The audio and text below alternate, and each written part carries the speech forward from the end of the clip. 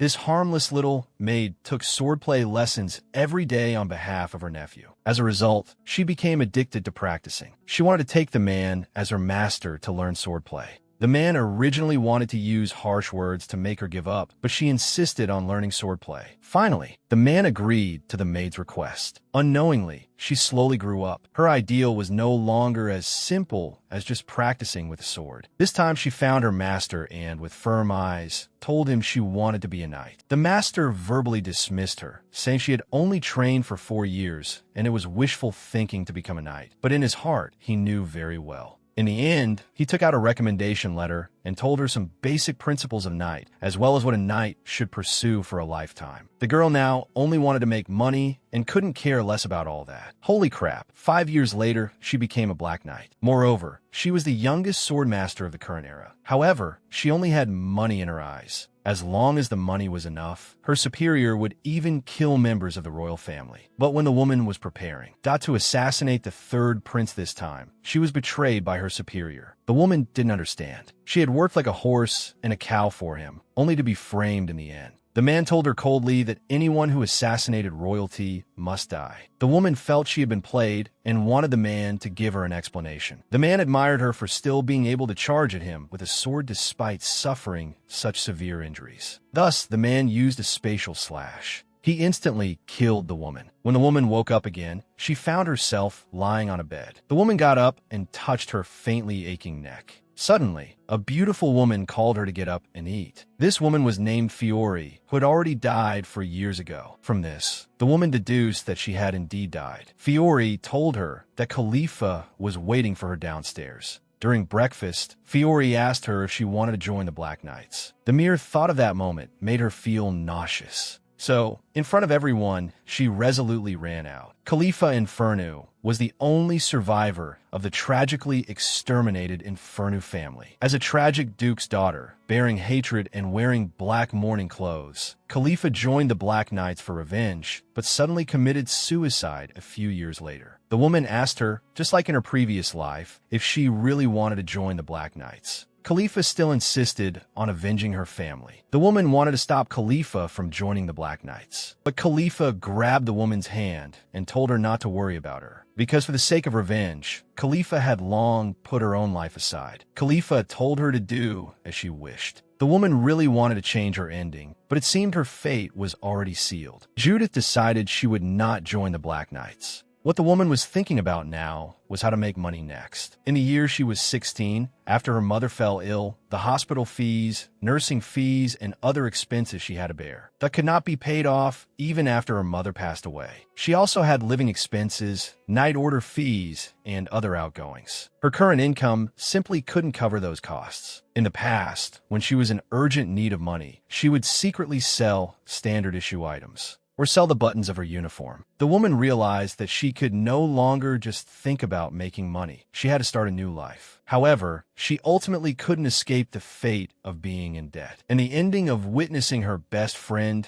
die tragically while out hunting magical beasts. Her friends saw her treating Fiore death with indifference. In the end, she no longer had any truly close friends. After that, she completely degenerated. But this time, she couldn't bear the pain of losing a friend again. The Bertacci Empire, where the woman lived, had 4 knight orders: red, blue, black, and white. Because they were highly valued by successive emperors, these knight orders devoted a lot of effort to swordplay and martial arts. Those who could serve as commanders of the knight orders in such a prestigious empire were naturally no ordinary figures. This red-haired man was the Red Knight commander, Chilu. This man was the vice commander of the Red Knights, Daisang. Even the Empire's 4th prince, Eaton Oscar Bertacci, was here. They were currently discussing how to cultivate the new recruits later on. Daising told him that an incredible figure had appeared among this year's new recruits. The 4th prince came specifically because of that extraordinarily strong new recruit. She was the Empire's youngest swordmaster. In the Phantom Illusion test, she defeated the boss Jiberia and repelled Mosker in less than 3 minutes. Commander Chilu couldn't help but reveal a hint of shock, thinking she wasn't human at all. The fourth prince told him to go see that new recruit for himself. Daising told him not to miss this talent, otherwise she would be snatched away by the Black Knights. Fiore found Judith, who was on the street making money, and told her today was the day for testing new recruits. The prince was also present. Hearing about the prince, the woman thought it was the third prince she had assassinated in her previous life. The Red Knights introduced this man as the fourth prince of the Bertacci Empire. The woman breathed a sigh of relief. Chalu told them the test content would be conducted in the form of one-on-one matches between reserve members and official members. Every new recruit who took the stage was suppressed and beaten by the veterans. The crowd below all sighed that the new recruits had no chance of winning. Soon, Judith was called up, but the woman's thought was to intentionally lose to him to avoid bringing unnecessary trouble later on. The man's attacks were very fierce. Judith seemed not to have reacted. The man wanted to teach a lesson to this rookie who was called a sword master at such a young age. But in the woman's eyes, the man was incredibly weak. Seeing that she actually ignored him, the man instantly flew into a rage. Chalu told the man to step down first. He could already see the outcome. He planned to personally test this sword master. The speed she erupted with in an instant made the woman sigh in admiration. The woman couldn't care less anymore and planned to take this match seriously. Chalu could feel that this woman was even stronger than he imagined. Her movements were light and without any flaws. Every attack made it difficult for Chalu to parry. She was pressing closer to him step by step. Chalu curiously asked her if this sword had ever killed anyone. But these words struck the deepest part of Judith's heart. When she was young, her master told her that if she only desired titles, land, and money, then she wasn't worthy of being a knight. She would just be a butcher who only knew how to kill with a blade. The woman found it a bit hard to accept and became somewhat emotional. Chalu didn't expect her reaction to be so intense. The woman also tried to persuade herself to calm down and began her counterattack. But she saw the person she least wanted to see, the Black Knight commander, Jeremy. The woman instantly froze in place. She forgot that she was in the middle of a duel with Chalu. Chalu originally thought she would dodge, but didn't expect her to stand still. Seeing this, Chalu picked her up and ran towards the infirmary. Chalu didn't understand why. From just now, she had been staring at Jeremy as if they knew each other. A man told Chalu that she was not in life-threatening danger. She had already been treated with holy magic. She just needed to rest and recuperate for the near future. The man revealed that a stigma had appeared on her body. That was the aura of a god. He believed she might have already awakened, or there was a high probability she would awaken in the future. It was very likely that the god Karnak wanted to intervene in this world through her. Chalu sincerely apologized to the woman. The woman didn't expect that as a noble commander, he would actually bow his head and apologize to her, a commoner new recruit. The woman told him that when he attacked, he definitely felt she could keep up with his pace, which was why he attacked, and she thanked him for bringing her to get treated in time. Chalu found her personality to be very straightforward.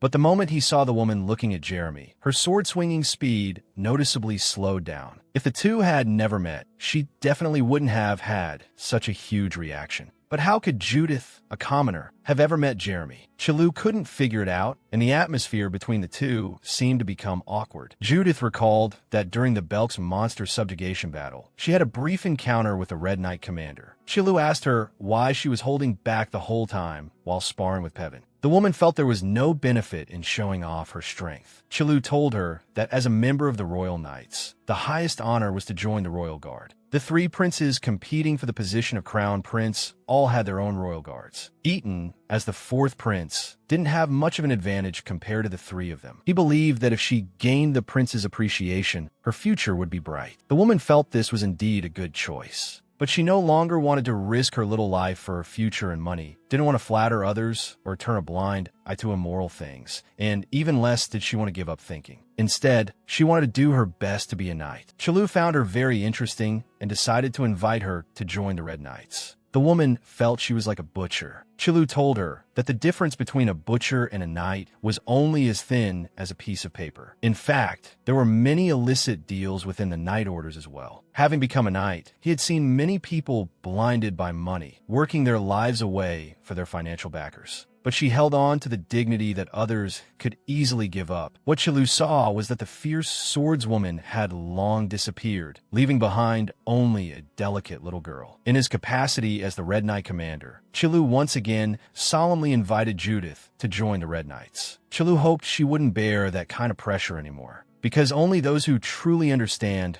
right from wrong can feel that kind of shame. You cannot deny it, but must learn from it and take a step forward. As long as you have such a will, he and the Red Knights will definitely be able to help you in the future. The woman was somewhat touched by his words. She decided to try trusting the man in front of her. Seeing her so close, Chilu couldn't help but feel a bit shy. Afterwards, Fiore also followed the woman and came to the Red Knights together. However, for the sake of revenge, Khalifa still joined the Black Knights. Daiseng was very angry, not expecting a new recruit to actually be late. Chilu thought she didn't know where the commander's office was and probably got lost. Daiseng didn't understand why Chilu kept favoring her. He thought that because Chilu took the initiative to invite her, it made her arrogant. The reason she was late was because she had a dream about the thing she least wanted to remember from her previous life. She dreamed about it because it was rumored that the second princess had a mental illness, yet they still let the mentally ill second princess take the stage and bestowed her with a magnificent crown. Jeremy looked at Judith, revealing an evil and charming smile. In the end, Jeremy personally murdered the princess and told her that if anyone found the princess missing, she should make up an excuse that she slipped and fell. Because this was a secret mission, he couldn't give Judith an extra reward. So he took out a token of his appreciation. Inside was a crown. Under his coercion, Judith had no choice but to obediently accept it. Facing her tardiness, Daiseng showed no tolerance at all. Judith had to obediently admit her mistake. Chilu asked why she was late. Judith told them she was looking at the Red Knight's uniform, got mesmerized, zoned out, and that's why she was late. Chilu found this excuse somewhat cute. Afterwards, Chilu took Judith to patrol the Imperial City. During the patrol with Chilu, Judith also exchanged names with the other members. Finally, they arrived at their last destination, the Royal Blacksmith Shop. Chilu found Olivin and asked how his sword was coming along. Olivin was very distressed, explaining that someone had been stealing standard-issue swords, so all the work had piled up on him. The culprit behind all this was Judith. In the future, there was an incident that made Chilu a national hero. That was the rampaging dragon incident. The Red Knight commander, Chilu, killed the rampaging dragon with just one sword. The sword he used at that time was the dragon-slaying sword. Because of this, Olivin also became the Empire's #1 swordsmith. At that time, Judith really wanted to get a sword made by Olivin. Chilu picked out a sword for her and asked if she wanted another one.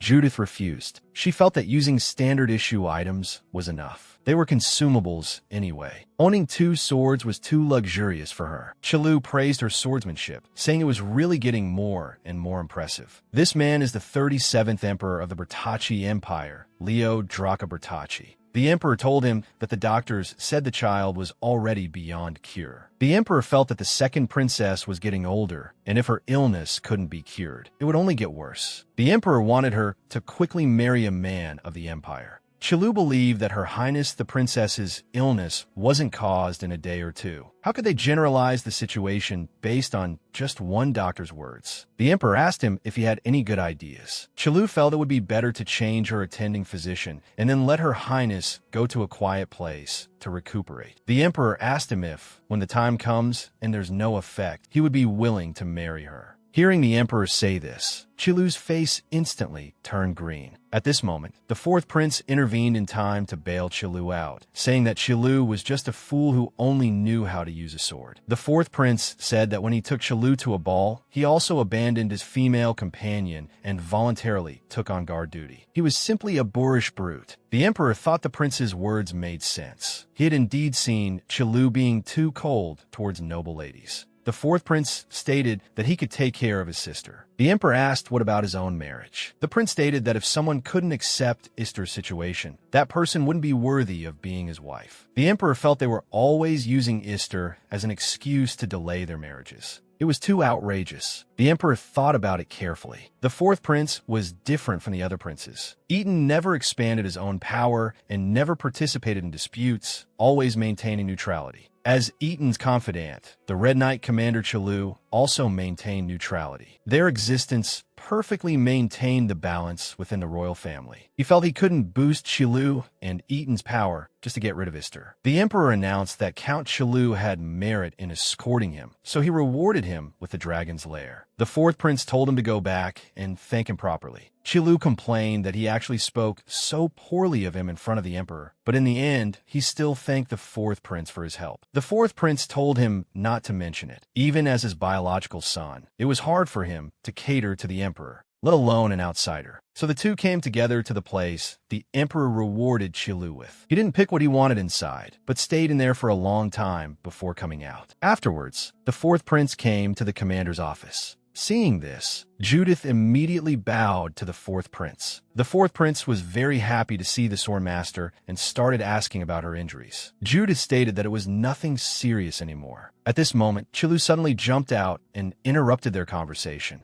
The fourth prince ran to complain to Dai, saying that Qilu was bullying him. In an instant, Qilu took out a crown, stunning. The fourth prince. It turned out Qilu had been struggling in there for a long time just to pick a crown for Judith. But Judith immediately refused it. Qilu didn't expect Judith to be so decisive. Judith felt there was no need to test her. As long as he gave the order, she could risk her life for the royal family at any time. Seeing Qilu looking so pitiful, the fourth prince decided to help him out. The fourth prince told her this wasn't test. This was something he originally wanted to give to his sister, but he remembered he had already given her one, so he hoped she would accept it. Judith felt she couldn't accept it even more. How could she dare to covet a gift meant for Her Highness the Princess? In the end, Judith finished her bow and went back. The three people present seemed to not have reacted yet. Suddenly, the fourth prince patted Qilu. Thinking he was an idiot, he mocked him for believing that sending some expensive things would make the other party like him. It almost made the fourth prince die of laughter. Judith knew Qilu was very kind to her. Because she was injured and couldn't participate in training, he deliberately used the excuse of a patrol to take her to meet the other members. He even took her to Olivin's blacksmith shop. She was very grateful for Qilu's kindness, but things couldn't go any further.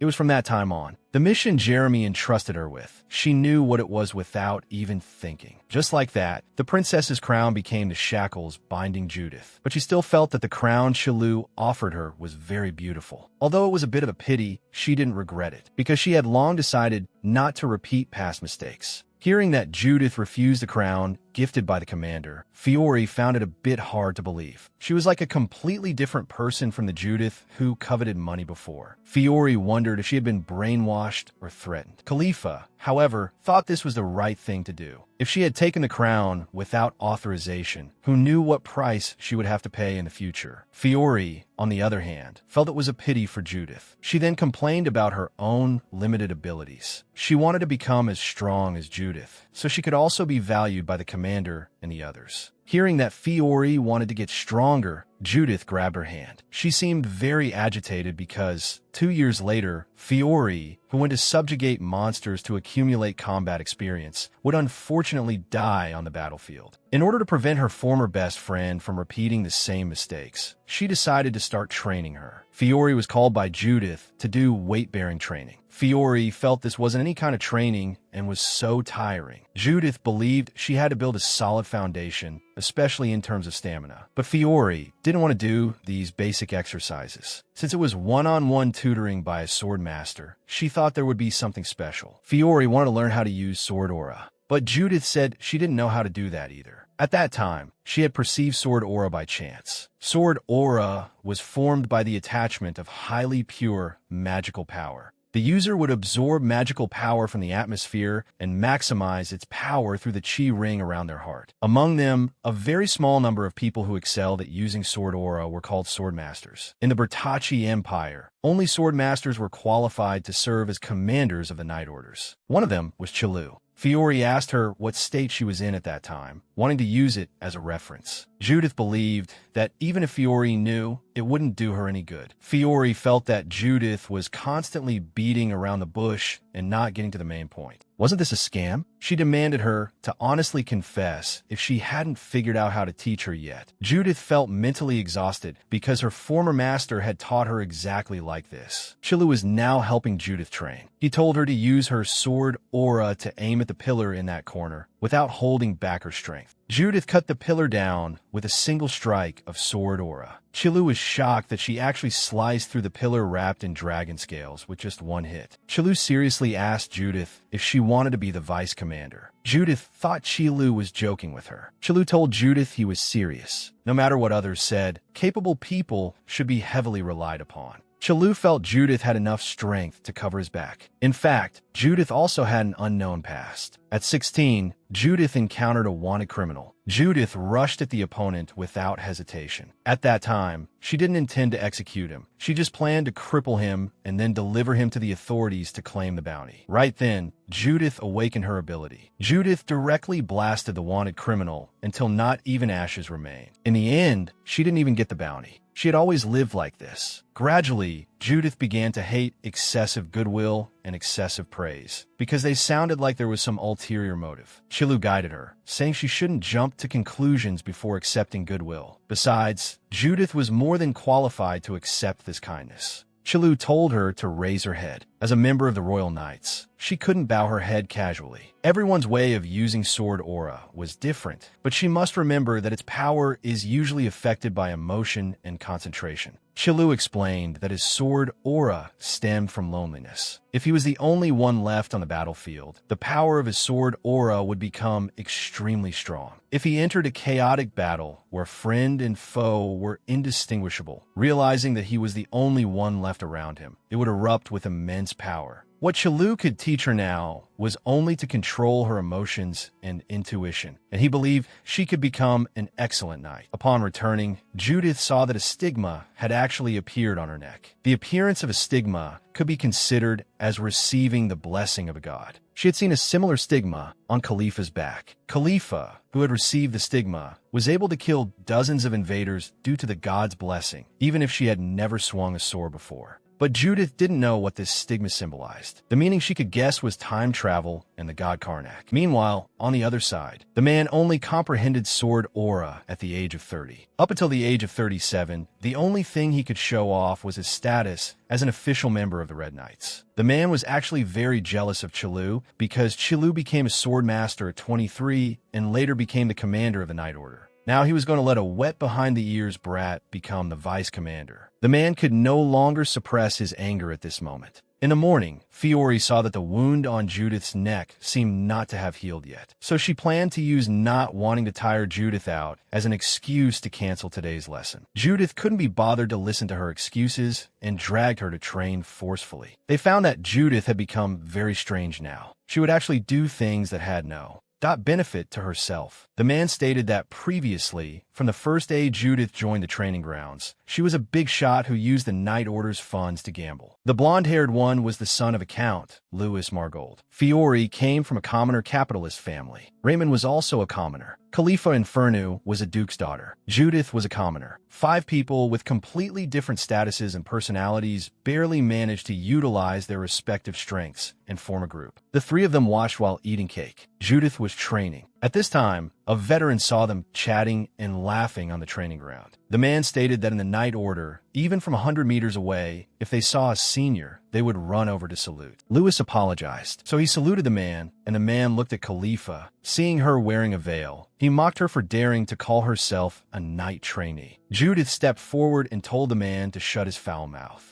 Just as the man was about to teach Judith a lesson, he was called away by another knight, Captain, to fetch onions. The man told them he would see them later. It was the Red Knights' afternoon training time. The man announced that he would act as the substitute instructor to train everyone today. The recruits saw that they had brought a lot of onions. The man thought that doing the same training every day must be boring, so this time the training was called the Great Onion Battle. The training was done in pairs. One attacked and the other defended. The person holding the onion was the defender. The man distributed the onions in his hands to them, and Judith and Louis were paired up. The defender had to place the onion on the instep of their foot and absolutely could not let it fall. The attacker had to continuously attack for 3 minutes. He believed this was to train them to quickly escape when their ankles were entangled by magic grass. Even if their feet couldn't move, they had to escape the predicament using their upper bodies. If the onion fell off the foot, the partner would be beaten. Louis thought this was unreasonable. Without a word, Judith just told Louis to concentrate. Louis understood that they were doing this on purpose. Judith had been targeted, so Lewis planned to go easy on her. But the man had already seen through it, stating that if they yielded to each other, they would also be punished. While Lewis was attacking, he found that the onion didn't fall. However, he noticed that everyone else had failed, leaving only Judith's group. The man, however, said that even if the onion fell, there was no need to be disappointed, because among ordinary people, there are often some monsters mixed in. The man told them to switch roles. Lewis placed the onion on his foot and felt as if all his nerves were concentrated on the tip of his toes. He didn't dare to move at all. Lewis found it hard to imagine how Judith had done it. Lewis eventually dropped the onion on the ground. Seeing that all the groups had failed, the man told them that if they encountered magic grass, only one person would survive. Compared to a sword master, the others were completely useless. The man ordered everyone whose partner's onion had fallen to the ground to get down. Targeting Judith, the man asked her if she encountered a terrible teammate, she might lose her life. So you better choose your companions carefully, the man said, and kicked Judith in the abdomen. Judith endured the severe pain and told him that she would choose her own companions, and she would definitely avoid someone like him who took out his anger on his juniors. The man was furious and dared Judith to say it again. Judith said, "Are you deaf at your age? Do you need me to say it again?" At this time, the omniscient knight, Daisang Reich, discovered that he had taken it upon himself to train the recruits. The man told the recruits that today's training was over. Daisang told him that he and Qilu would not let him off the hook. He warned him that over the past 3 years, anyone who disrupted order had met a bad end. The man clearly knew the fate of those who violated order. 3 years ago, Qilu Liwen was suddenly selected as the commander of the Red Knights. His confidant, Daisang Reich, became the commander's adjutant. Although many people objected at the time, Qilu took the lead and did a lot of dirty and tiring work, winning the approval of the order's members. His adjutant, Daisang, eliminated those who disrupted order behind the scenes. As a senior, it's one thing if you don't help. If you have this free time, you might as well train more. How can you set a good example like this? The man remained silent, then told him that someone like him, who possessed a stigma, had no right to say such things. He also enviously mentioned that Commander Qilu seemed to really like the newly arrived swordmaster and even proposed her to be the vice commander. It seems he really likes her. Oh, it looks like you, the adjutant, didn't know either. If she is that excellent, she must be prepared to be scolded when she does something wrong, right? Otherwise, how can order be maintained? Daisang clenched his fists, thinking his words were truly ridiculous. At his old age, he didn't train hard and just kept occupying the position of a senior knight, doing nothing, yet having the nerve to say such things. Actually, you just can't stand someone stronger than you. If I were you, I'd be too ashamed to stay in the Knight Order. Anyway, you'd better know when to stop. If you alone disrupt the order within the Knights, you will definitely pay the corresponding price. The man roared in anger, thinking that someone who found everything easy could never understand him. And Daisang indeed thought, why should he understand someone like him? Lewis apologized to Judith, not believing he had held her back. Judith, however, didn't think Lewis was holding her back at all. Instead, she thought he worked very hard. Fiore suggested that everyone practice with onions together and then make the seniors, not look at them with new eyes. Judith said she would personally teach them. Decades ago at the Liwen Count's estate, Daisang followed his famous knight, adoptive father, to the Liwen Count's estate. I am Daisang, and from today on, I am in charge of serving young Master Qilu. Please take care of me. You could just call me Qilu. I am his sister, Elfie. Do you want to go horseback riding with us? Daisang didn't expect them to be so approachable despite being nobles. Just like that, after becoming a member of the Count's household, they became friends, and even family. When Daisang's adoptive father passed away, Qilu cried harder than anyone else, promising to take good care of Daisang. Even Qilu's sister cried her eyes out. Daisang never expected they would shed tears for his adoptive father. This made Daisang determined to repay this debt of gratitude to the Liwen family. When Qilu became the commander of the Red Knights, Daisang also stayed by his side. That vow lasted for 10 years. Qilu wanted to go see the recruits training, but was stopped by Daisang on the grounds that Burka's personnel had been finalized. Qilu guessed that Judith would probably be given a hard time during training. Judith is very strong, so strong that she rarely has rivals. Coupled with her competitive personality, she must have long been seen as a thorn in someone's side. Qilu believed she could become an excellent knight. Everyone would surely discover her shining points. Since she was a candidate for vice commander, she naturally had to withstand this pressure. Qilu believed she could do it. On the third day of training, Judith had already been punished severely. Lewis couldn't stand watching it anymore. He didn't know what meaning such training had. The man stated that since she lacked manners toward others, she naturally had to be properly disciplined. Lewis stated that this was one-sided abuse and declared that he would no longer train, leaving himself at their disposal. Judith realized that the Lewis in her memory had always been docile, never daring to say a bad word about anyone. She didn't expect him to have moments of anger, and for her sake, too. Judith brushed her hair back, too lazy to argue with this trash. Just wanted to deal with it casually. Judith picked up the onion and told Lewis to try again. Over the past 3 days, under Judith's guidance, he had trained hard and even reduced his sleep time. But Lewis felt that he had already failed 5 times and caused Judith to be beaten. Could he really do it? Judith told him to just do it as they usually trained. Lewis gradually kept up with Judith's movements. Lewis's body didn't sway drastically, but became more and more stable. Everyone was tense. Just as the countdown ended, Judith sliced the onion, completely declaring their success. Because of this, all the recruits cheered. Judith pulled Lewis along, preparing to leave this scumbag senior. Suddenly, a hand grabbed Judith's hair. Lewis tried to stop the man, but was kicked away by him. Seeing him hit her companion, Judith tackled the man with an Iron Mountain lean. The man got up and grabbed Judith by the neck. Judith fiercely head-butted the man. Some people praised her, while others thought they should perhaps stop them. Just then, Chilu arrived at the training ground and ordered them to stop immediately. Judith and the others only noticed then, but it was already too late. Subsequently, the 3 were brought to the commander's office. Chilu asked the man to step outside first. At this time, Judith apologized to Chilu and unbuttoned her clothes, telling Chilu that Pevin, as a senior, had committed acts of violence against his juniors. Although Chilu was shocked, he couldn't hold Pevin and all involved personnel accountable based solely on Judith's one-sided story. Chilu also criticized Judith, saying she couldn't use violence to solve problems either. Even if Pevin used violence against her, she had many opportunities to tell him or die saying.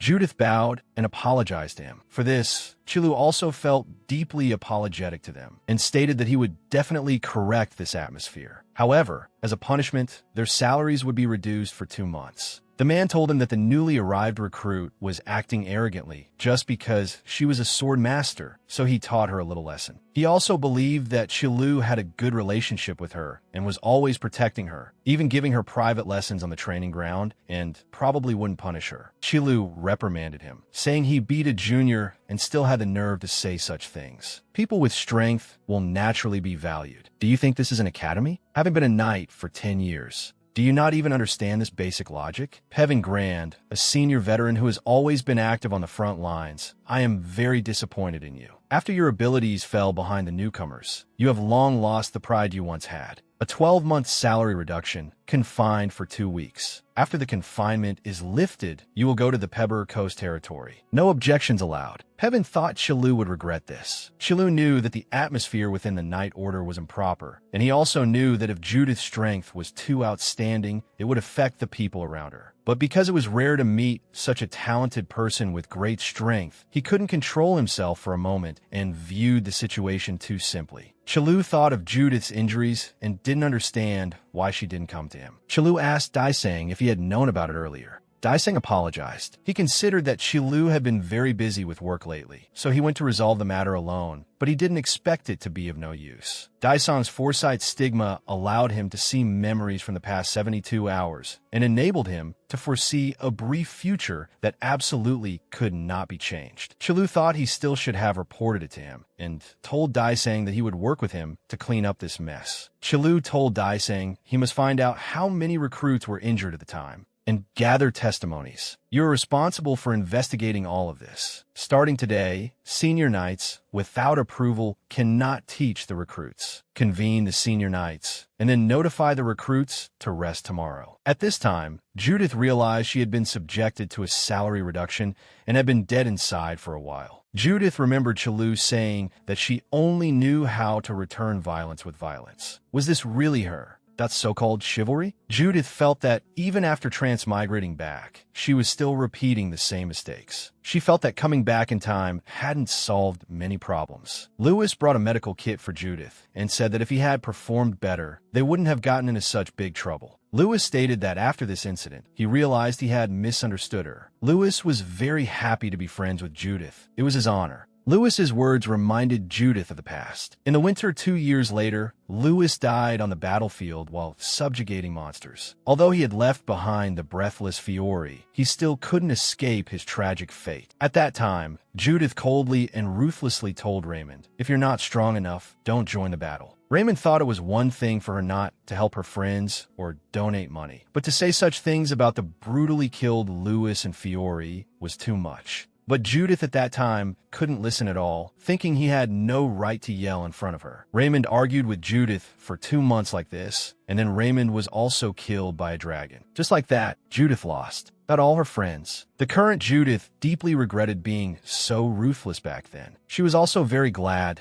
to have met a friend like Lewis. Lewis was also moved by Judith's words and asked her if she had been reading theology books lately, adding that if she didn't mind, he could teach her. Judith thought that was perfect, as she could only read the words but didn't know what they meant. At this moment, Chilu's voice sounded outside the door. Judith was a bit confused as to why the commander would come. Chilu asked if Lewis could excuse them for a moment. After Lewis greeted Judith, he left, leaving the two of them in an awkward situation. Chilu feigned calmness and asked if she was studying theology. Judith didn't deny it and just nodded. Chilu was panicking inside, thinking he must be hated. He thought he had many things he wanted to ask, but now didn't dare to speak up. Suddenly, Chilu told her that Pevin was temporarily confined and would be exiled to another region after the confinement was lifted. At the same time, the others involved were also disciplined. All the recruits affected this time would be taken care of, with Daiseng responsible for arranging and handling the follow-up issues. He hoped Judith would receive treatment.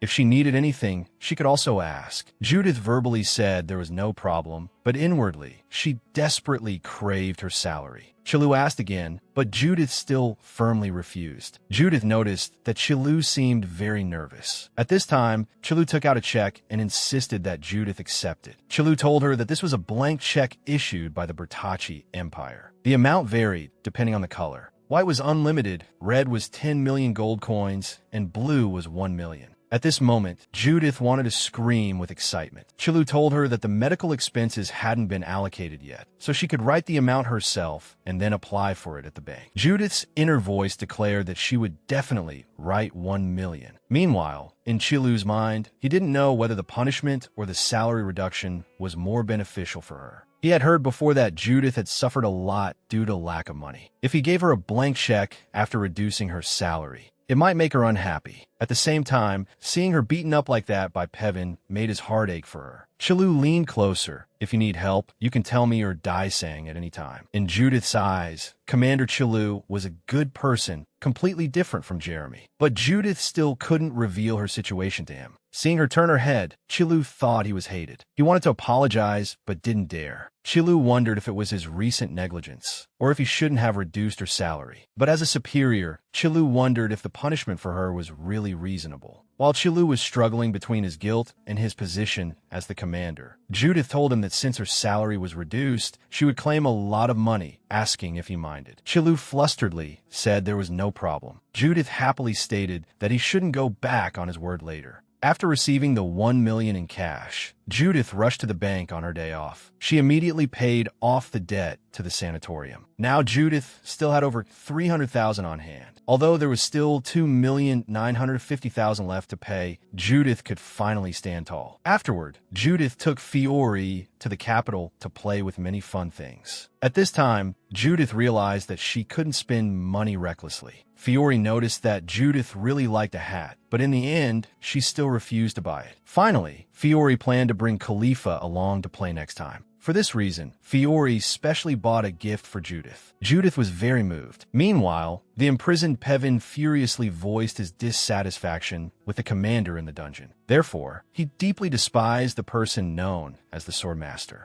At this time, a mysterious person suddenly appeared behind him, stating his name and the age at which he entered the Night Order. The person also mentioned that he hadn't passed the assessment at the time, so he spent money to get in through the back door and even lied about his age. Fortunately, no one had discovered it until now. Pevin didn't expect the person in front of him to actually know these things. Then the man took out a red potion, tempting him by saying he could lend him power, all depending on his choice. This woman was the first princess, Olga. In the Empire, there were two people who could inherit the throne. She was not only selected as a Blue Knight, a position only those with the blue blood of the royal and ducal families could hold, but she was also widely loved by the citizens and the people in the palace for her character and personal charm. But eventually, after she fell ill and lived in seclusion, everyone started supporting the other person. At this time, the third prince found Judith, asking her to be the bodyguard for his royal brother William. Before transmigrating, Judith had killed the third prince. Now, facing the fourth prince's request, Judith simply couldn't refuse. Judith didn't know how to face the third prince. She only felt as if her destiny was being manipulated by someone. The third prince, William, was the most promising candidate to inherit the throne after Princess Olga.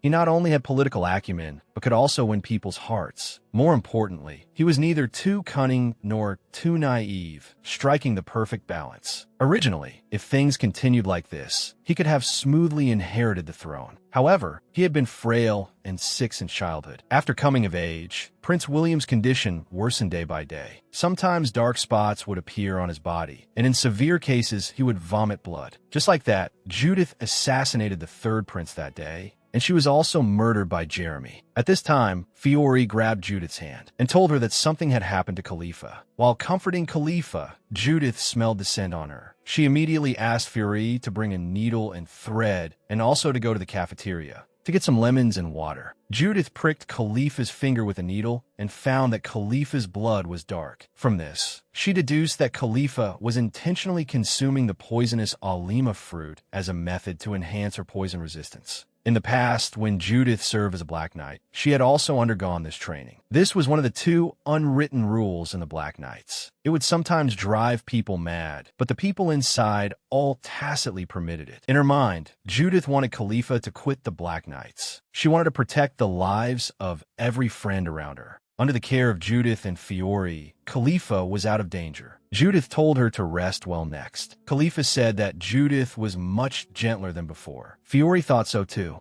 Khalifa was very grateful for their help. In a library, some people were discussing that a large hole had appeared in Pevin's cell. Judith didn't expect that guy would actually dare to break out of prison. Seeing her distracted, Lewis reminded her not to divide her attention. It turned out that Lewis had put a lot of effort into helping Judith supplement her knowledge of theology. At first, Judith was very resistant, but later she found theology very interesting. Legend has it that the god Karnak, who founded the empire, was a half-human, half-beast who inherited the bloodline of the Azure Dragon. In order to obtain God's blessing, not only the empire's national flag, but even uniforms and national and family crests were all engraved with dragon motifs. Compared to this, Judith wanted to know more about the knowledge related to stigmas. Having no other choice, Judith could only use Khalifa's stigma as an excuse. Lewis explained that a stigma is a type of divine power. It is the power left behind in the human world by Karnak, a half-human, half-beast, in order to ascend to the divine throne. In other words, it is the power of God.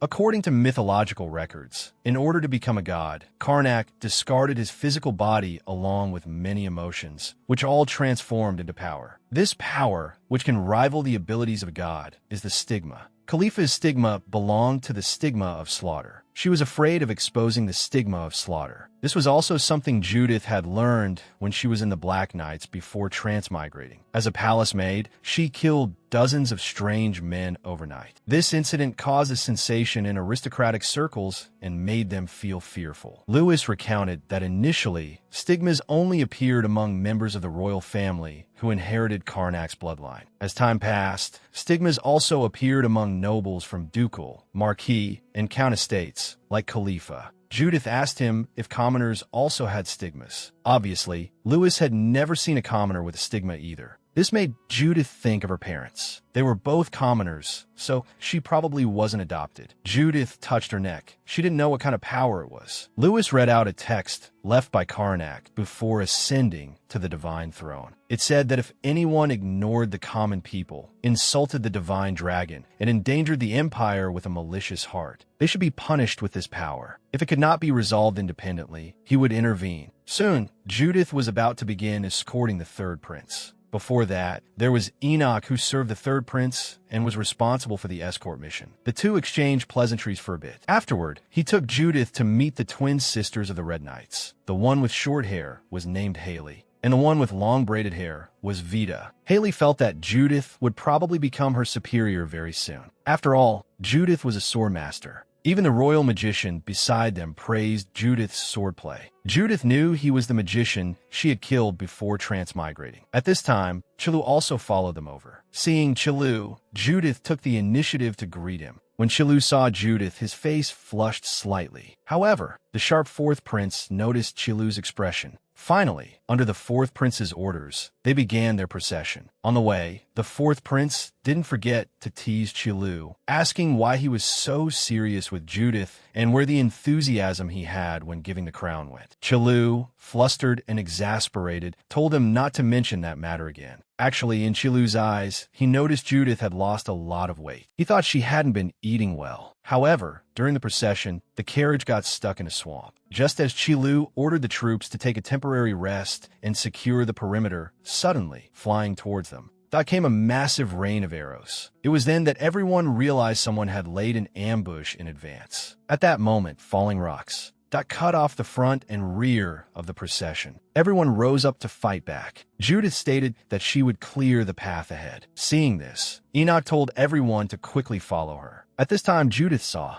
the nervous expression of the third prince, which reminded her of her past life. It was the exact same look he had when she assassinated him. But this time, Judith told him not to panic, and that she would protect him even at the cost of her own life. Soon, the enemies charged forward. Judith engaged in a fierce clash with the incoming foes. She easily took one down in a few quick moves. But Judith sensed something was wrong. The feeling of her sword piercing flesh was different. It didn't feel like armor, but rather like scales. Judith deduced that they were not ordinary humans. Enoch told Judith that the carriage couldn't run anymore, and they had to find a way to eliminate these people. At that moment, the enemies turned around and attempted to flee. Judith decided to chase them down and catch one alive to find out who the mastermind was. Just as Enoch was feeling fortunate to have a sword master like Judith around, before he could even finish his sentence, a streak of black sword aura that pierced right through his body. Judith noticed that there was actually that black sword aura behind her. Just as the black sword aura was about to rush toward the carriage, Judith used all her strength to swing her own sword aura. She successfully neutralized the damage from the black sword aura, but Judith was also sent flying by the powerful aftershock. Judith got up and saw that the carriage had also been overturned. Suddenly, Pevin appeared in front of Judith. Judith didn't understand why he was here until she saw the sword in Pevin's hand, radiating black sword aura. She realized that the person who attacked the carriage was Pevin. As Judith clashed with him, she found that his strength was much greater than before. Just when Pevin thought victory was within his grasp, he didn't expect Judith to use her techniques to counterattack him. However, Pevin didn't suffer the slightest injury. Judith guessed that Pevin must have drunk dragon blood. Pevin didn't want to listen to her nonsense. He only wanted to kill Judith right now. But Judith's swordsmanship was far superior to Pevin's. First, she severed the tendons in his hands, then his hamstrings, and finally delivered the finishing blow. Pevin roared in agony, begging Judith to kill him. Judith intended to let him face the judgment of the Empire's laws. Suddenly, Judith remembered the third prince and the others. She checked the carriage and found that the third prince and the Imperial consort were already gone. This made Judith pale with shock. Judith called out for the third prince in the forest. Judith now only hoped that the third prince and the others were still alive. Judith noticed someone behind her and immediately swung her sword aura. It was Chilu. Seeing that Judith was fine, he breathed a sigh of relief. Judith grabbed Chilu and told him that the third prince was missing. Chilu comforted her, telling her that the prince was with them. Chilu explained to her that while she was tied up fighting the assassin, Sir Rojas summoned a teleportation circle and successfully rendezvoused with the reinforcements. At this moment, William walked out completely unharmed. Seeing that third Prince William was still alive, Judith shed tears of excitement. William was very grateful to Judith for saving him in a moment of crisis. William thanked Judith once again for stepping up. Judith told him that as long as he was fine, that was all that mattered. This could also be considered her redemption for dealing the killing blow to William in her past life. From then on, they encountered no further attacks. Meanwhile, thanks to the Naskena reinforcement army that arrived swiftly after receiving the emergency orders, the aftermath was quickly resolved. Chilu asked her if she really didn't plan to follow the prince's procession to the Duke of Naskena City first. Judith insisted on staying behind with everyone to handle the aftermath. She also stated that after using the potion given by the magician, her injuries were mostly healed. The fourth prince urged them to set off quickly, as the prince and the consort were both tired. Chilu told her he would wait for her in the city and told her to stay safe. Thus, the main force protecting the prince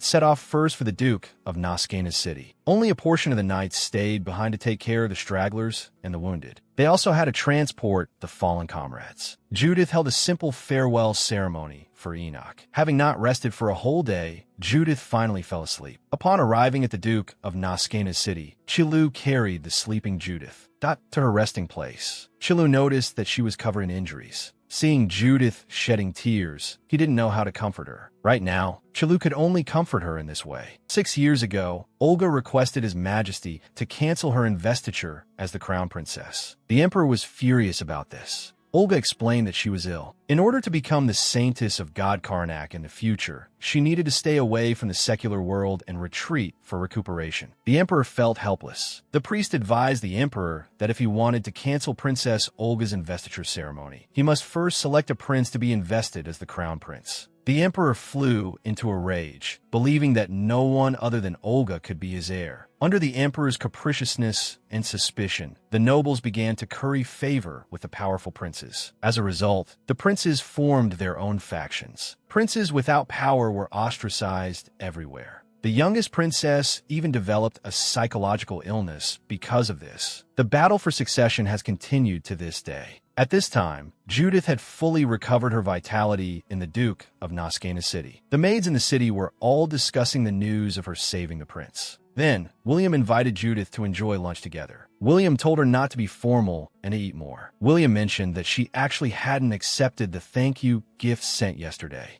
Judith told him, "Protecting your safety is my duty as a royal knight. You don't need to specifically reward me." William realized she was an outstanding knight. If only all the Empire's knights could be as incorruptible as you, how wonderful that would be. In reality, Judith just wanted to alleviate her own sense of guilt. Therefore, William intended to have her join William Bertacci's personal guard. William greatly admired her strength, loyalty, and the noble character a knight should possess. Judith didn't know how to respond. In the middle of the night, Judith sneaked into the kitchen to secretly eat some caramel. Under William's overwhelming presence, Judith had been so nervous while eating that she couldn't taste anything. Just as Judith was packing a bit of caramel to take away, she ran into Chilu, who had also come to the kitchen. Judith could only laugh awkwardly. Suddenly, Chilu asked Judith why her pockets were bulging. Judith hastily shoved the caramel she had stolen into his hands. But Chilu found Judith to be quite stingy, as she only gave him 3 pieces. Chilu seemed to have something to say to Judith, so he stopped in his tracks and apologized to Judith. Judith's jaw dropped at Chilu's action. It wasn't just an apology, it was more an expression of gratitude to Judith. Judith smiled knowingly and told Chilu that she just liked this aspect of him. She explained that during the day, Prince William tried to persuade her to join his personal guard, but she refused. Chilu was thrilled inwardly, not expecting her to decline on her own.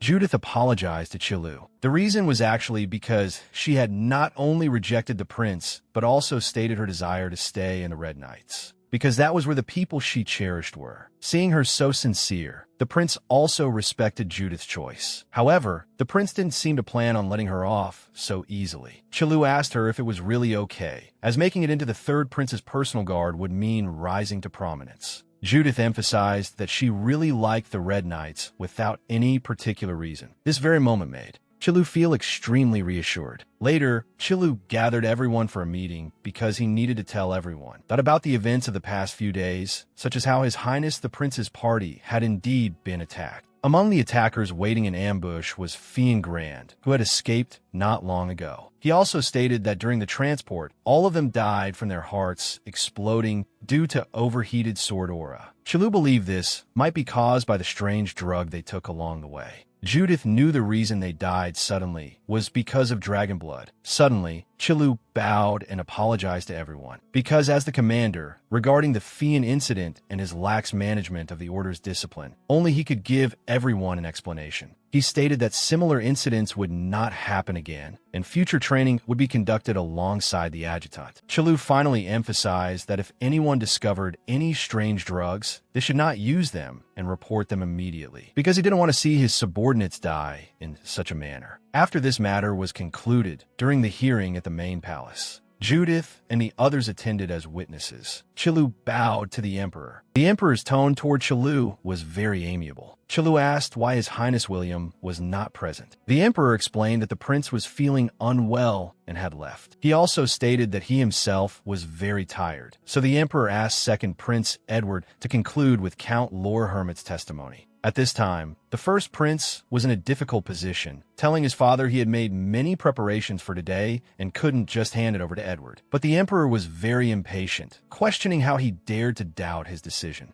The first prince had no choice but to bow and apologize to his father. However, the surrounding discussions and attitude towards the first prince visibly changed. When Edward announced that the testimony would begin with Zemel, Judith's heart tightened. Before her reincarnation, they were the next emperor and the captain of the emperor's imperial guard. The method of interrogation at the hearing was very simple. They just wanted to confirm if the reports received beforehand matched the testimonies of the people involved at the time. But a twist occurred in the middle. Zemel questioned whether it was true when Judith claimed that Fian Grand manipulated sword aura. Qilu didn't understand what he was trying to do. Zemel stated that he was checking if there was any possibility of her committing perjury. Judith believed she had no fundamental reason to commit perjury. Zemel, however, didn't think so, saying the Empire's youngest sword master saved the prince from unidentified attackers. There is no better opportunity than this to make yourself the center of attention and raise your value. Furthermore, I made some inquiries before the hearing. It's about the Alpha Orphanage. I heard you're in a considerable amount of debt. Didn't you do this to be favored by the prince and earn a reward? Speaking of which, to pay off your debts, didn't you even sell the land left to you by your parents? Even the first prince on the side couldn't bear to listen anymore, telling Zemel to speak more carefully. Zemel explained that he wasn't doubting the attack incident itself, but if the attackers could manipulate sword aura, they wouldn't be just random nobodies. Qilu couldn't listen anymore, not understanding if the hearing was held just to listen to his speculations. Qilu explained that when Fian was in the Red Knights, he could already manipulate sword aura simply. Zemel retorted to Qilu, stating that his level had not reached the point of practical combat. Judith committed perjury for personal reasons to gain the support of someone in the palace. Zemel chalked all of this up to his own reasonable deduction.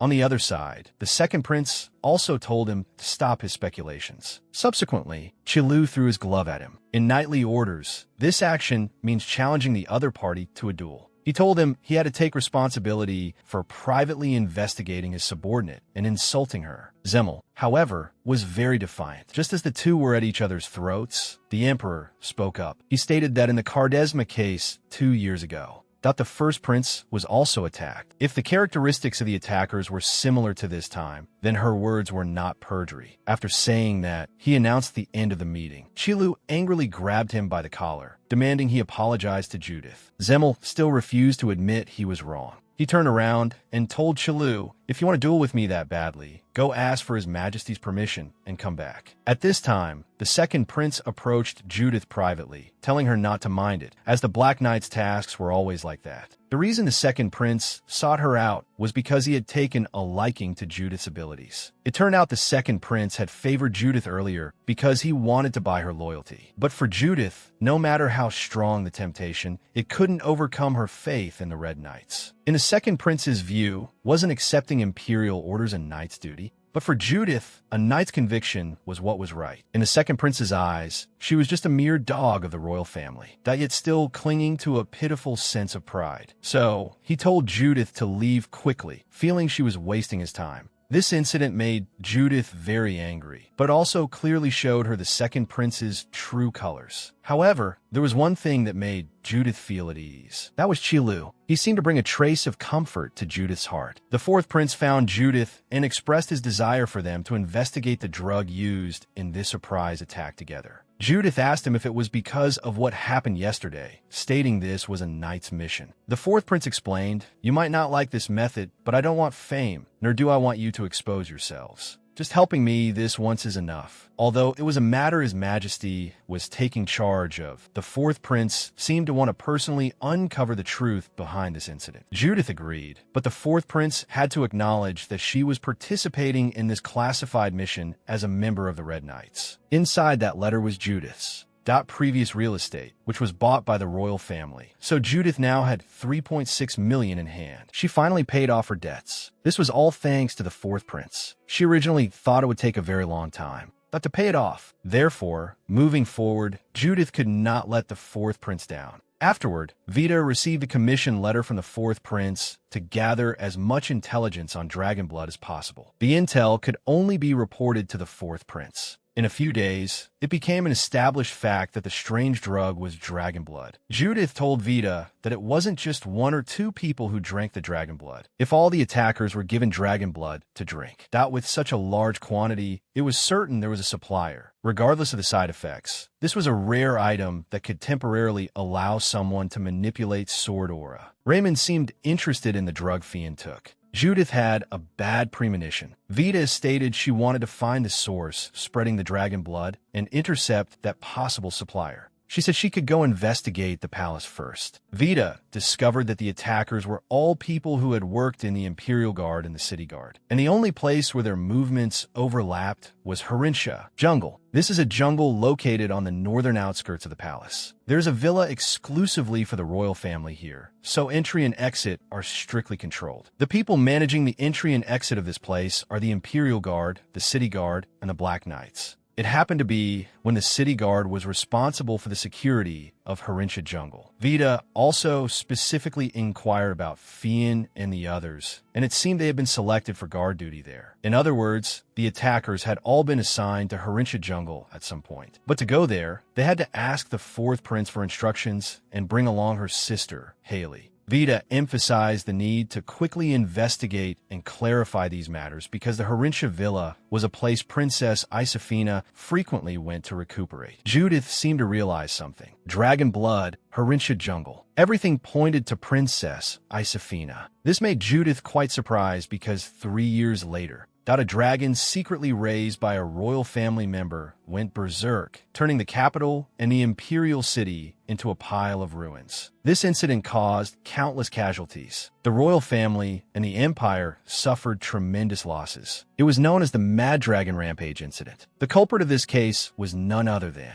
second Princess Isafina. Judith knocked on Raymond's door. She seemed to have urgent business with him. At this moment, Raymond was covered in wounds. Seeing this, Judith wanted to know what on earth he had been doing these past few days. Have you been frequenting the black market? Don't even try to deny it. She asked him if he was tracking down the matter of the dragon blood. But Raymond seemed to brush it off, saying he would treat them to a big meal once it was done. Seeing that he didn't understand, Judith loudly repeated, "It's dragon blood." A man nearby couldn't stand it anymore and yelled that they were disturbing the peace. Left with no choice due to her hasty visit, Judith had to drop the matter for now. Raymond was actually the illegitimate son of Viscount Brett's family. Naturally, he was abandoned by his family and lived a difficult life. In her past life, Judith and Raymond simply shared monster hunting flyers and wanted criminal information in the small alleyway, helping each other out as long as it didn't cause losses to one another. Later, because they belonged to different night orders, their ending was bleak. Judith had to disguise herself and come to the black market, to gather intel on the dragon blood. At this time, Judith noticed something unusual. Before a man could react, Judith vanished right in front of him, just as the man was confused. But she immediately subdued him, asking if he had some ulterior motive. The man seemed to know what Judith was looking for and said he would take her there. The man, who claimed to be a middleman, led Judith towards the black market. Deepest inside, there was actually an arena. The man told her that people who frequently fought around here all gathered in this place. The prize for winning was exactly what Judith was looking for, the drug that allowed people to manipulate sword aura dragon blood. Judith noticed that the group wearing black cloaks who offered the dragon blood as a prize were clearly not residents of this black market. So, Judith charged into the arena.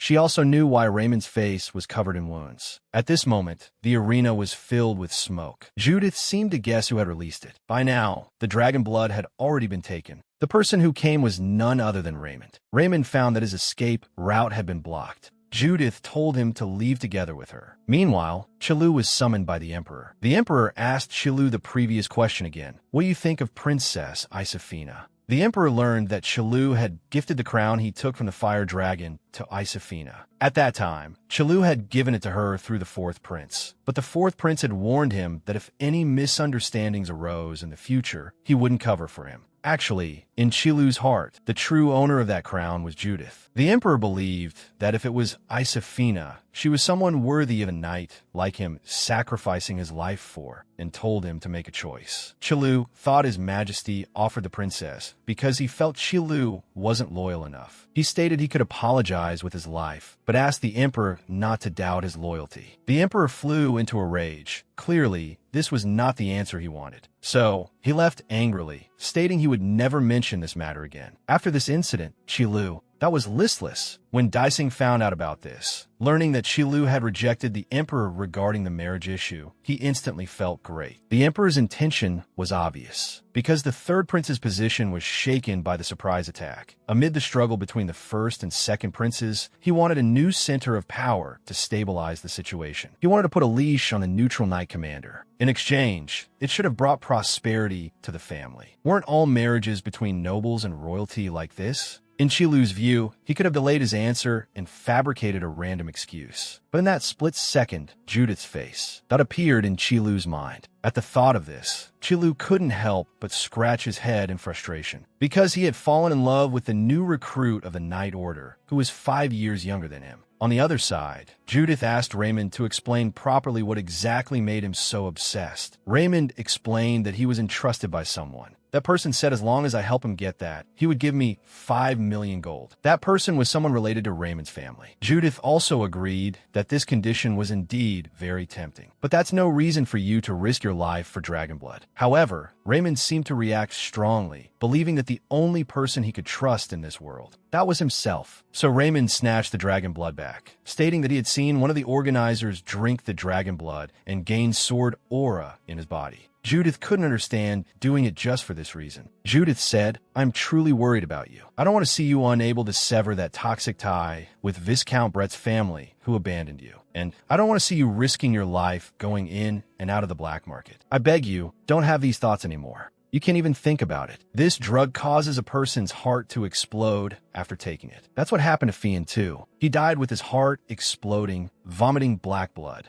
I'm saying this because I worry about you as your friend. This shocked Raymond because he realized that the Judith in front of him had truly changed. Judith told him to give up on the dragon blood. If you don't want to lose your life before your name even enters the family register. Judith actually swore on her own wealth. Raymond knew how much Judith loved money, so he didn't expect her to swear on it. Raymond told her that he had indeed lost. He told her that at the arena, he bumped into a man in black. That guy was wearing a breastplate engraved with a dragon crest, which is only found in the Imperial Palace. This news was explosive. Afterward, Judith went to see Chilu alone. Since Chilu really wanted to see Judith, he took her out for lunch. Judith remembered something important and said, "Is this why I've been wanting to see the commander so much?" With such words that would 100 cause a misunderstanding. How could Chilu hold himself back? Judith explained that she wanted to discuss something related to a mission. Judith told Chilu about what happened yesterday with Raymond. Judith was almost certain that the person from the Imperial Palace spreading the dragon blood, who appeared in the underground arena, was connected to the restricted and remote jungle. The princess who occasionally visited the villa in that jungle, and the fact that she was raising a dragon. Judith stated that she would set off immediately if granted permission. Chilu suggested that to avoid suspicion, it would be better to say that the prince was going to stay at the villa for a while. This way, Judith found the mastermind behind the spread of the dragon blood and discovered the dragon the princess was raising. If the dragon's rampage could be stopped, the futures of Raymond, who was swatted away by the mad dragon, and the princess who was imprisoned, forgotten, and eventually assassinated, could all be changed from her past life. In her past life, Judith was on a mission away from the capital. By the time she rushed back, travel-worn, everything had already settled. Count Chilu's adjutant, Daisang, had died in the battle against the giant dragon. Because of this, Chilu was hailed by the entire empire as a hero who saved the people. No one knew that this hero could also be hurt. He could be sad, but at that time, Judith was entirely focused on missions and survival, never taking this tragic heroism to heart. But in this life, fate gave her a chance to start over. Judith looked at Chilu riding beside her, her gaze lingering on his face unconsciously. Chilu felt uncomfortable under her stare, his ears quietly turning red as he secretly wondered. Could his secret crush on her have been discovered? Noticing his embarrassment, Judith smiled faintly. I just find it amazing how the Count's facial features can be so perfectly proportioned. The heart in Chilu's chest instantly pounded against his ribs. He feigned composure, keeping a straight face as he said, "Don't just randomly flatter your commander just because I treated you to a meal." Though his words were tough, the redness on the tips of his ears that cannot be suppressed. At the same time, in the shadows deep within the Imperial Palace, the second prince's tone was as cold as a blade. If Count Chilu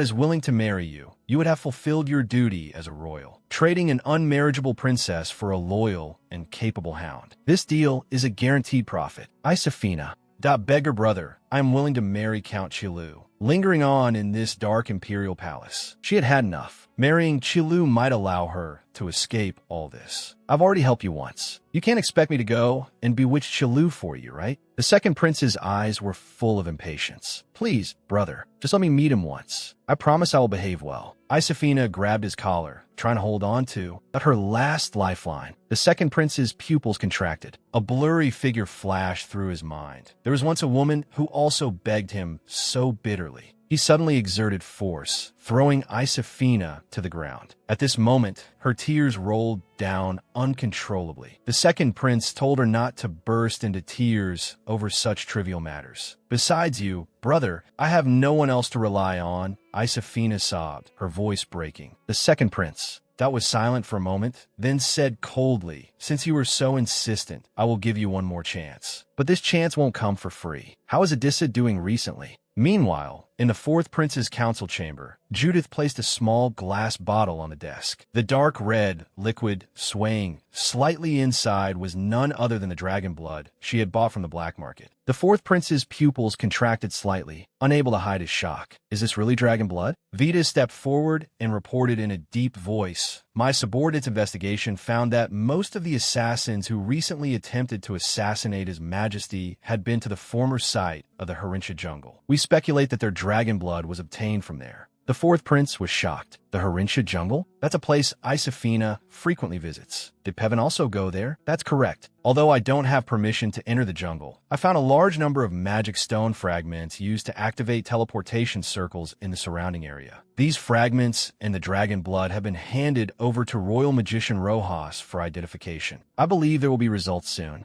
This is all the intelligence we currently have. This is all the intelligence we currently have. The fourth prince furrowed his brow. This matter is definitely connected to Isafina. I can't help but feel that some terrifying conspiracy is brewing. After the meeting ended, Judith immediately rushed to Rojas's laboratory. The old magician held the glass bottle up to the light, examining it carefully, and asked, "Where did you get this?" "The black market," Judith replied frankly. "Have you heard of anyone selling dragon blood on the market recently?" Rojas shook his head, his tone firm. "Absolutely impossible. True dragons are incredibly proud. How could they obediently let someone draw their blood? Could not be achieved through persuasion or taming." Judith pressed. "Taming a giant dragon is as hard as ascending to heaven." Rojas's eyes grew solemn. "Unless a confinement spell was cast on the giant dragon while it was still a hatchling." Judith's heart sank heavily, and a terrifying conjecture formed in her mind. Rojas continued, "This confinement spell has massive drawbacks and can easily backfire. The caster will suffer mental damage and emotional instability. More importantly, its core is a mental link. The mental states of the caster and the giant dragon will gradually synchronize. Eventually, both will lose their sanity. The caster will go mad, and the giant dragon will become a ferocious beast unable to control its own magic. Is there a way to break it?" Judith's voice tightened. "There's only one way," Rojas said slowly. "If the caster suffers a massive mental shock, the magic will dissipate on its own. But whether casting or breaking it, it is extremely dangerous. If any accident occurs, the confined dragon will completely lose control, causing a catastrophic disaster." Judith felt a chill all over. She was now certain that the caster was Princess Isafina, but she was merely a low-ranking knight who only knew how to wield a sword. What could she do in the face of a royal conspiracy? The next day, in the Red Knight's office, Chilu rarely showed a bit of shyness towards his new adjutant, Daisang. "I think I have someone I like." Daisang was very surprised, not expecting that after following him for so many years, he had finally figured things out. Chilu rested his chin on his hand, expressing that he was also surprised. Daisang thought the person he liked was Princess Isafina, but still reminded him not to get too intoxicated by it. If your mind is in turmoil, you won't be able to concentrate. As the commander, you must always remain rigorous. Chilu sighed, thinking he had indeed been reckless, but a secret letter on Chilu's desk caught his attention. It was sent by the second prince's people. Meanwhile, Judith, that was sitting alone on the steps of the training ground, worrying. 3 years seemed long, but it wasn't enough for her to shake the foundation of the royal family. She even had thoughts of escaping. As long as she got her family out of the capital in advance, paid off her debts, and flew far away after getting the first prince's reward, finding a safe place to live peacefully, wouldn't that be fine? "Why are you sitting here alone? Are you not feeling well?" Lewis's voice interrupted her thoughts. Judith was startled. Judith snapped back to reality, looked at him, and suddenly asked, "Why do you want to be a knight? As a noble, why do you work so hard?" Lewis was taken aback for a moment, and his eyes lit up with longing. "I want to have a glorious life, like in the old tales, annihilating monsters, protecting the country and the territory, and becoming a truly honorable knight." Judith knew that in her past life, Lewis had abandoned this honor, leaving Fiali behind in a moment of crisis to escape alone. He was like a completely different person from his passionate self right now. This was his choice, and she had no right to dictate it. At the same time, in the Central Imperial Palace, Chilu arrived by the second prince's invitation, but only saw Isafina alone. "His Highness the second prince," that he asked in a deep voice. "My brother isn't coming," Isafina said, her head lowered and her voice somewhat hoarse. "Count Chilu, did you reject the marriage proposal with me?" Chilu was about to explain, but was sharply interrupted by her. "Don't speak, let me finish." A moment later, Isafina calmed down, a trace of compromise appearing on her face. "I admit, when I first heard about the engagement with you, I didn't hate the idea. Whether it was your territory or the generous dowry, they were both hopes of salvation for me. So, could you change your mind?" Chilu looked at the pleading in her eyes and slowly spoke. "Your Highness is not wrong. For the royal family and nobles, marriage is inherently a transaction concerning not the family, but I already have someone I care about in my heart, and she is more important than anything else. Therefore, I cannot accept your proposal. She is someone I cherish very much, so I cannot accept your proposal, Princess." After saying that, he turned and left, leaving Isafina standing there stunned, tears silently sliding down. No one, Dot knew that the only warmth in this lonely princess's childhood was a dragon egg given to her by her brother. She named the hatched little dragon Adissa. The person and the dragon depended on each other for survival, becoming each other's only attachment. Little did she know, all of this was a carefully plotted conspiracy by the second prince. Only Adissa accompanied her as she slowly grew up. In order to find a safe place for Adissa to live, she had to ask the second prince for help, only to fall into a trap that had long been set. The second prince used the residence as a condition to force her to extract Adissa's dragon blood. Although Isafina didn't do it out of selfishness, the trust completely collapsed. Adissa roared, "Once the confinement is lifted, I will leave you immediately and never look at you again." No matter how Isafina explained, it was all to no avail. The giant dragon that took the opportunity to forcefully break through the restraints of the confinement magic. The disaster descended 3 years earlier than expected. Boom! A deafening roar shattered the peace of the capital. Judith abruptly looked up, only to see a giant dragon that blotted out the sun, that hovering above the imperial palace, its draconic might overwhelming, scaring everyone out of their wits. She stood frozen in place, her mind completely blank. Why?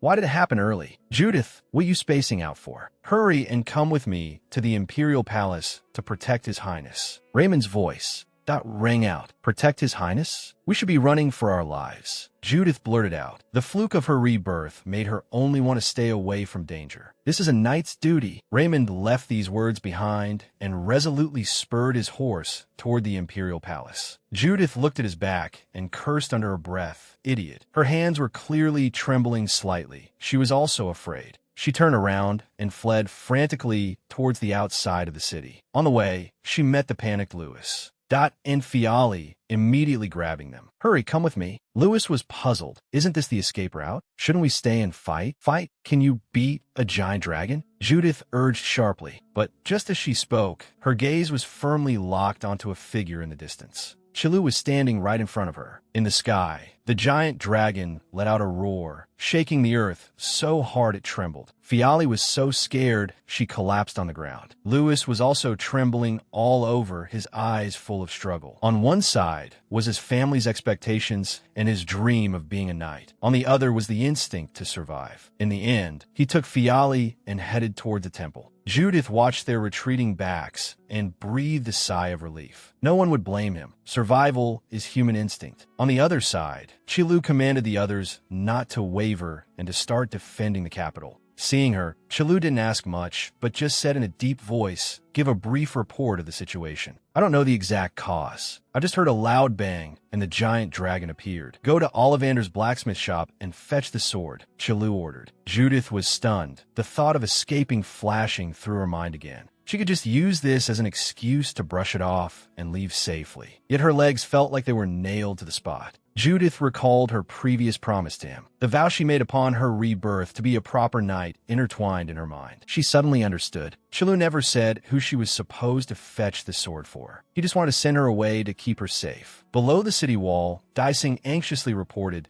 the Black Knight's commander Zemmel is on a mission outside the city. Their response will be delayed. Chilu knew there was no time to dilly-dally. Even if the other knight commanders hadn't arrived, he had to hold the line because he needed to buy more time for them to escape. Chilu already knew that Judith wouldn't come. Chilu sighed, not expecting that as a commander, he would consider his personal feelings at a time like this. It was truly a dereliction of duty. A look of resolve flashed in Chilu's eyes. Everyone listen to my command. Use the ballistas to attack the giant dragon. As soon as he spoke, the giant dragon spread its wings, blocking the ballista bolts. A dazzling white light gathered in its mouth. The dragon's breath that was about to erupt. Daisang dodged quickly. Chilu roared, but was already too late. The dragon's breath blasted the city wall. Rubble flew everywhere, and a building collapsed with a crash, smashing straight toward Daisang. When the dust settled, Daisang was covered in injuries, unconscious but still breathing faintly. Chilu's heart ached fiercely, but he didn't dare hesitate for even a second. He had to hold on. With that, he drew his own sword. The giant dragon continuously fired several blasts of breath. Chilu swung his sword, struggling to parry them. Chilu began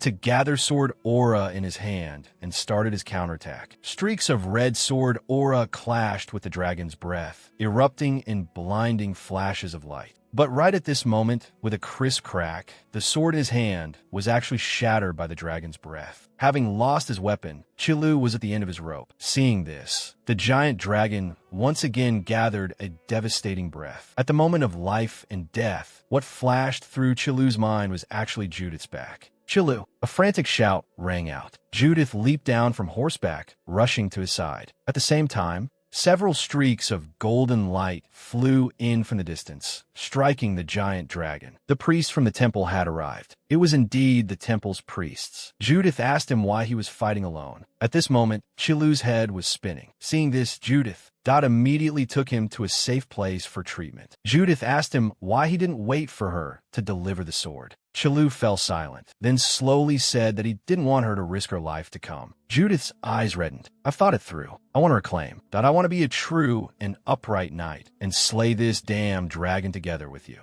With that, she handed the precious sword on her back to Chilu. Looking at the determination in her eyes, a warm current surged in his heart, and a smile curled up at the corner of his mouth. "You really are bold. I seem to be falling more and more for you." The great battle was imminent. The giant dragon's breath struck again. Suddenly, a golden sword aura erupted, from within Judith's body, effortlessly blocking this fatal blow. It was a brand new power bestowed upon her by conviction. Chilu took the opportunity to leap to a high place, gathering all his magic power, and let out a furious roar. Red sword aura cascaded down like a waterfall, striking heavily on the giant dragon's injured wings, severely wounding the giant dragon. Now was the time. Chilu understood tacitly. The priests who were assisting on the side were instead suppressed by the giant dragon. In the nick of time, Judith drew the giant dragon's aggro. The enraged beast opened its blood-red maw and charged fiercely at her.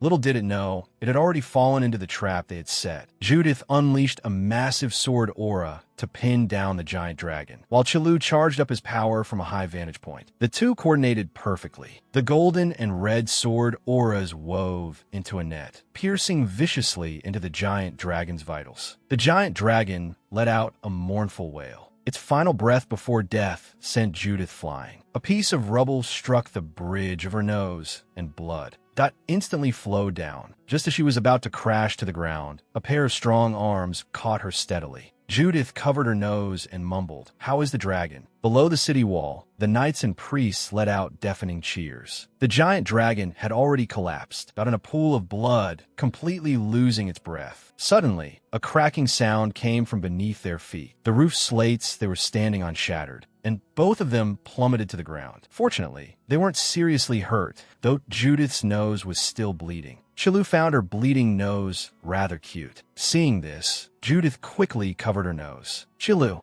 patted her and told Judith she did a great job. "We obviously did it together. Why are you making it sound like it has nothing to do with you?" Judith muttered. Chilu smiled and reached out to pull her into his embrace. "Yes, we worked together to defeat the giant dragon. Thank you, Judith. Thank you for being willing to step forward for me." Judith leaned against his warm embrace, feeling his strong heartbeat. All the fear and grievances dissipated into thin air. She tightly closed her eyes, enjoying this hard-won peace and beauty. In this life, she not only guarded the honor of a knight, but also found someone worthy of walking alongside her. For days after the Mad Dragons rampage, the first prince, Albert, decided to award Judith the Brilliant Medal. This medal was originally only allowed to be awarded to those of marquis rank or higher. According to imperial law, the recipient of this medal possesses the power of summary execution, is the veritable highest honor of the empire. Chilu was also promoted from count to marquis. Waking up in the hospital ward, Judith found that the world had suddenly changed. Seeing her wake up, the nurse told her that she was now the empire's benefactor and idol. There was an endless stream of visitors, as well as all sorts of care packages and gifts. Judith had only felt a warmth in her heart. The nurse told her that these were letters sent by the common people of the capital. Judith picked up a letter and started reading.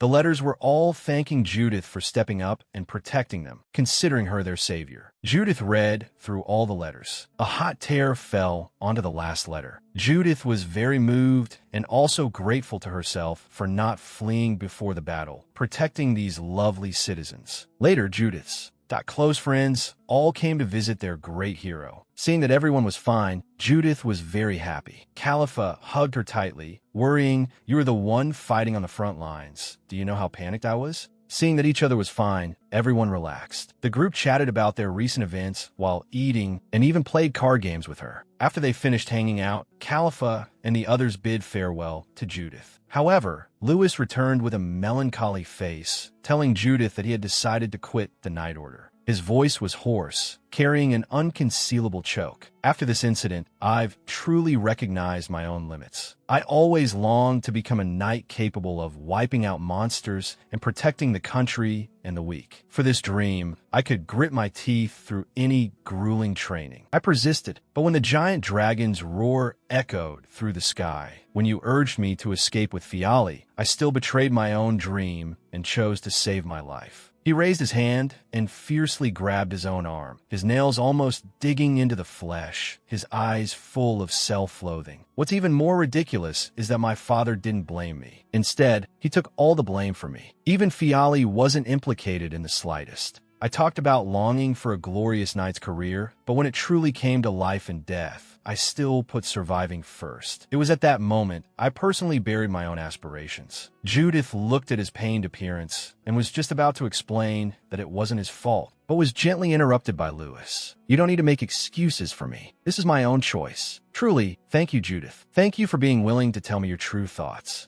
My dream is shattered, but you are different. You are more qualified than I am to become a true knight. I hope you can carry this aspiration and keep going. After Lewis turned and left, the ward door was gently pushed open. Daising was wheeled in by an attendant. He was still wrapped in thick bandages, but his spirit remained robust. "I really took a trip to Hell's Gates," he sighed. His gaze fell on Judith, his tone sincere. "However, the fact that we were able to successfully defeat the giant dragon this time is mostly thanks to you and the Count teaming up. I really must thank you." Judith, that was stunned. This was the first time she had heard Daisang say words of thanks. Daisang smiled and continued, "By the way, there's something I need to tell you. His Majesty has issued a decree to award you the Brilliant Medal. This medal is no ordinary thing. Besides a generous cash prize and a lifelong pension, the most crucial part is that it grants you the power of summary execution. You have the right to execute on the spot, even if they are royalty, with no exceptions. The only person you cannot touch is His Majesty the Emperor. But you must remember, arresting people arbitrarily without conclusive evidence will result in severe punishment. You must judge the situation clearly before making a move. You cannot act recklessly." As soon as he finished speaking, Judith's eyes instantly lit up. "Then can I apply to His Majesty to claim the carcass of that giant dragon?" Daisang retorted, "Kid, do you only have money in your eyes? But then again, the dragon's carcass is so massive. The National Treasury's vault can't fit it all. It's a headache for them to process it. If you really went to apply for it, His Majesty would most likely agree." By evening, the hospital ward was quiet. Judith suddenly remembered something and squatted down to search under the bed. Not long after, she pulled out a long sword wrapped in cloth. It was exactly the one she had obtained from the Oliver blacksmith shop. At that time, she was in a rush to support Chilu and didn't have time to think carefully. Now, calming down to examine it closely, she realized that the blade of this sword emitted a faint blue light. A huge sapphire was embedded in the hilt, and the craftsmanship was extremely exquisite. Suddenly, a vague memory welled up in her mind. She remembered seeing this sword in a portrait of the first Princess Aogia.